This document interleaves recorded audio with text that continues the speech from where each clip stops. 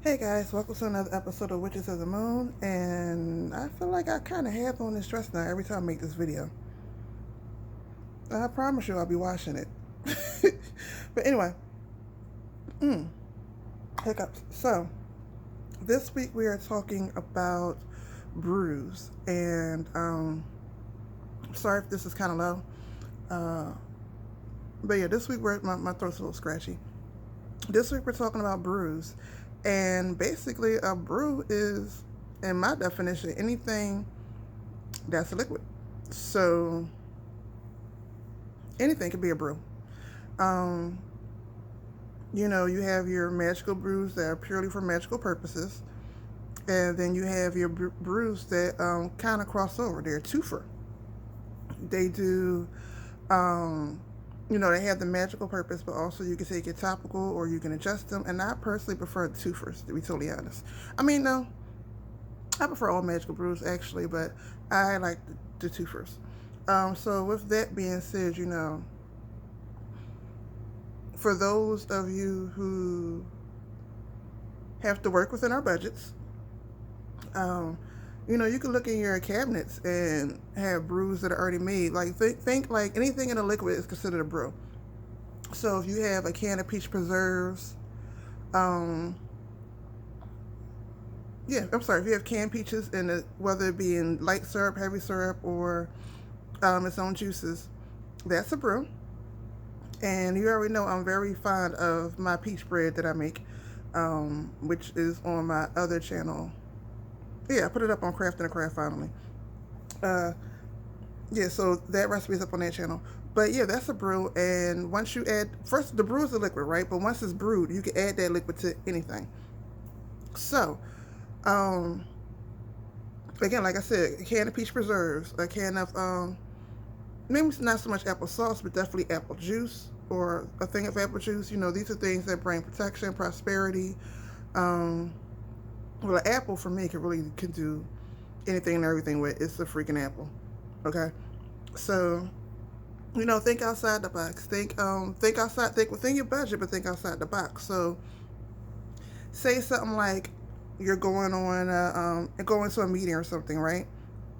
Or well, nowadays you ain't going to a meeting, but whatever. You're about to have a meeting, and all you got is a little can of Sprite. Well, Sprite in origin was lemon and lime, and wait, which one was it? Was it Sprite, lemon, and lime, and then the Seven Up was the one that had ginger in it? Okay, for this purpose, I'm not gonna get confused. Let's say this can of Sprite all you got, right? Which is the lemon lime, and it has ginger in it. Of course, it has sugar in it, and then it has the bubbly water. Because my brain keep wanting to say Alka-Seltzer Plus, but that's not what it is. Seltzer water. So the lemon lime is like a cleaning agent. The ginger kind of speeds things up. It also could be a part of prosperity. It helps cleanses. The sugar attracts, and then you have the bubbly water. It's bubbly. It makes bubbles, makes you feel good. It goes up in your nose. It pops. It makes it open. Everything. Well, technically, you now got a kind of a road opener with a little bit of traction in it, right? A little cleansing road opener that um, when expressing new ideas, this is something you could drink. Of course, you're gonna say your intentions and stuff over it. Always put your intentions into it. But under something you can use that you could drink. If you're having a meeting, if you buy canned sodas, you can put Sprite out, put your intentions into it. And now everybody, as you see people drinking the Sprite, they'll now be open to a little more what you're talking about. And honestly, this is really the real reason why before most meetings they give you like coffee and donuts and stuff. It's to sweeten you up to the meeting. But that's a whole nother thing. Okay, so that's one idea of brews, right? So now we start looking at that. Let's open it up to your canned soups. Not so much your condensed soups, but like your chicken noodle soups. This for protection. But now you got, I guess you can, once you mix the canned soup with milk, now you got another brew, and I love me some clam chowder. That could be a prosperity meal.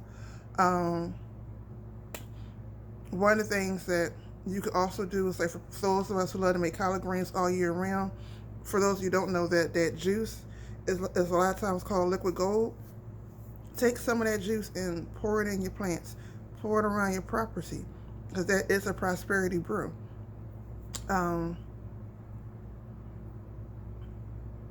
what else? What else? What else? What else? We already know different teas could be different brews. Uh,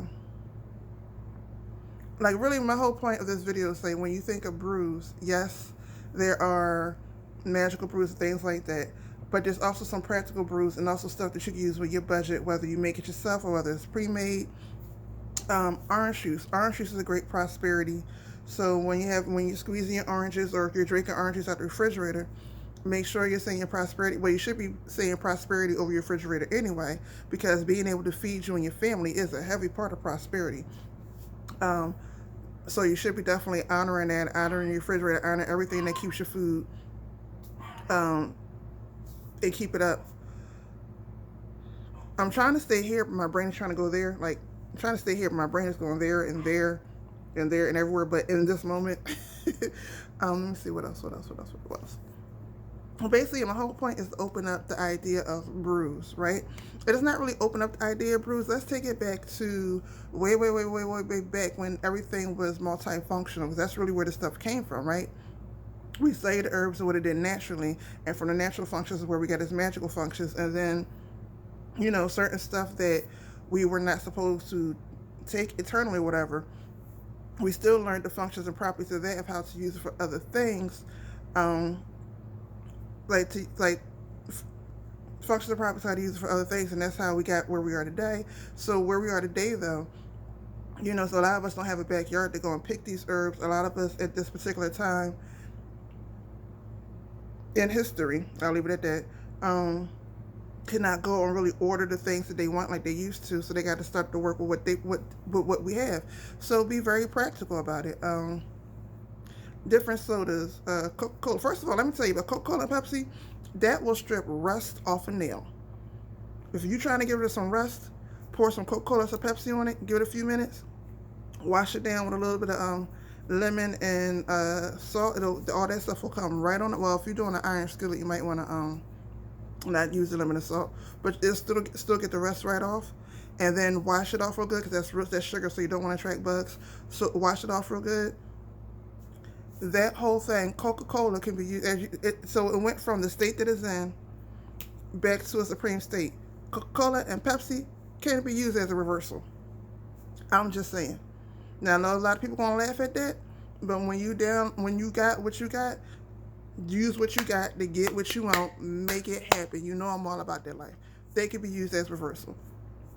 Take a cup of those sodas, set it to the side, say your magical prayers in it, let it sit, let it cure. Make sure you check the right expiration date. You don't want it to expire. But then when you need a quick reversal, you're down your luck, you ain't got nothing else to do, or you riding in your car, whatever.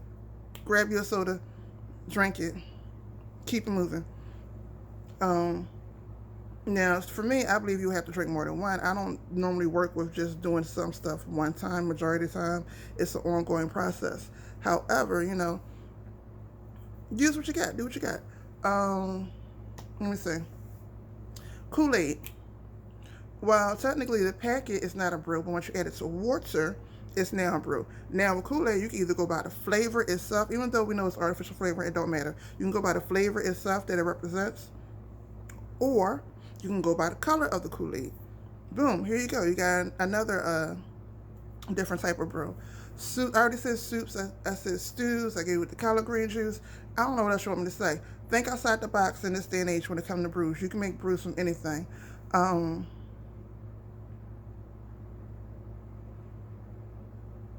Yeah, I basically wanted to keep it practical on stuff. Stop so that so that if you don't have access to this stuff, the stuff that you may have access to at the dollar store or at Walmart or at Aldi's, or well, if you're shopping at Trader Joe's or at Whole Foods, you're actually doing pretty good right now. So y'all might as well go ahead and order the good herbs if if you could afford to shop there. But there's other ways to get around it. Let me see, brew. Yeah, that's about it.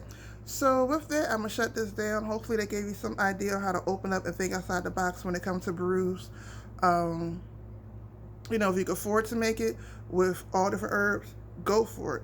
But for those of you who cannot afford to get these herbs and you still want to do the same thing, or you just don't know how to cook, you know, for some reason you can set a fire from boiling water. Hey, some people just ain't, that ain't their ministry. There's other ways to get around it. Okay, so with that, I'm gonna leave it there. Don't forget to thumbs up. Don't forget to comment. Don't forget to subscribe, because you know you done binge watched, so you might as well go in and subscribe so you know the next video is coming out. You ain't got nothing else to do, especially right now.